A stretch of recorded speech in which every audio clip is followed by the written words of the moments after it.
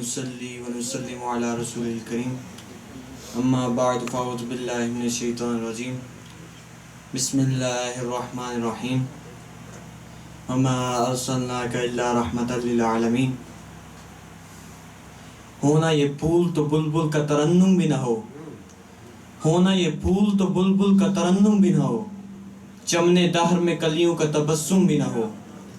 ہونا یہ ساقی تو پھر میں بھی نہ ہو خم بھی نہ ہو، ہونا یہ ساقی تو پھر میں بھی نہ ہو خم بھی نہ ہو، بس میں توحید بھی دنیا میں نہ ہو تم بھی نہ ہو. خیمہ افلاک کا ایستادہ اسی نام سے ہے، خیمہ افلاک کا ایستادہ اسی نام سے ہے، بس میں ہستی تبش امادہ اسی نام سے ہے. جناب استاد اکرام، علماء عزیز وقار، مہمانان گرامی قدر اور میرے ہم مکتب ساتھیوں، آج میلاد النبی صلی اللہ تعالیٰ علیہ وآلہ وسلم کے موضوع پر خطاب کرتے ہوئے مجھے یہ محسوس ہو رہا ہے کہ میں در مصطفیٰ صلی اللہ تعالیٰ علیہ وآلہ وسلم پر کھڑا ہو کر علم و عمل اور درد و عشق کی خیرات اپنے کریم آقا سے مانگ رہا ہوں. وہ آقا جن کے دامن اقدس سے وابستہ ہو کر عرب کے خاک نشین جنت نشین ہو گئے. وہ آقا جن کے صدقے اسلام ملا، قرآن ملا، بلکہ خود رب رحمان ملا. پوچھتے ہو کہ وہ آقا ہمیں دیتے کیا ہیں، پوچھتے ہو کہ وہ آقا ہمیں دیتے کیا ہیں، کیا یہ کم ہے کہ وہ بندو کو خدا سے ملا دیتے ہیں.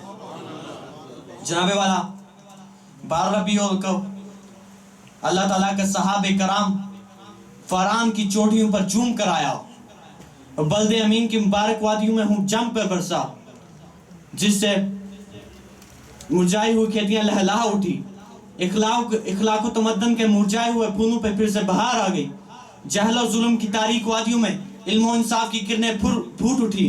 الغرض فضا و عالم صلاۃ والسلام کے نغموں سے گونج اٹھی. آسمان نے جھک کر زمین کو مبارکباد دی کہ اے زمین تجھے مبارک ہو کہ تیرے خوش نصیب ذروں کو سرور عالم صلی اللہ تعالیٰ علیہ وآلہ وسلم کے مبارک قدموں کو چومنے کا شرف نصیب ہوا ہے. جو بھی لفظ ان سے انتصاب کیا، جو بھی لفظ ان سے انتصاب کیا، رشک صد سنبل و گلاب کیا. اللہ اللہ ان کا نقش قدم جس نے ذروں کو رشک مہتاب کیا. صحرائے حجاز کے ذرے جگمگا اٹھے، فرشتوں نے زمزمہ تبریک گایا، سدرۃ المنتہا کی شاخوں نے جھولا جھلایا، مالا اعلیٰ کی مقدس کندیلوں نے چراغاں کیا، حتیٰ کہ ساری فضائے عالم صلاۃ والسلام کے نغموں سے گونج اٹھی. محمد مصطفیٰ آئے تو بہاروں پہ بہار آئی، محمد مصطفیٰ آئے تو بہاروں پہ بہار آئی، زمین کو چومنے جنت کی خوشبو بار بار آئی. محمد مصطفیٰ آئے تو منادی ہوگی زمانے میں، بہار آئی بہار آئی بہار آئی بہار آئی. سبحان اللہ. جناب والا 12 ربیع الاول کا دن صرف مسلمانوں کے لیے نہیں بلکہ نسل انسانیت کے لیے عظیم دن ہے. مولود کی مبارک گھڑی کے انتظار میں ماہ و سال نے لاکھوں کڑوٹیں بدلی.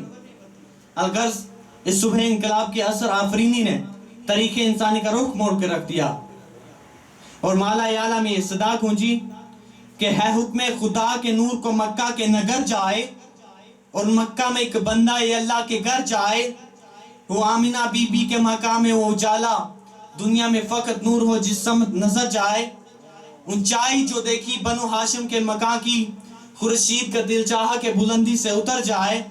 اترا ہے زمین پہ وہ عجب نور کا پیکر، اترا ہے زمین پہ وہ عجب نور کا پیکر، ہر تارے کی خواہش ہے کہ دھرتی پہ بکھر جائے.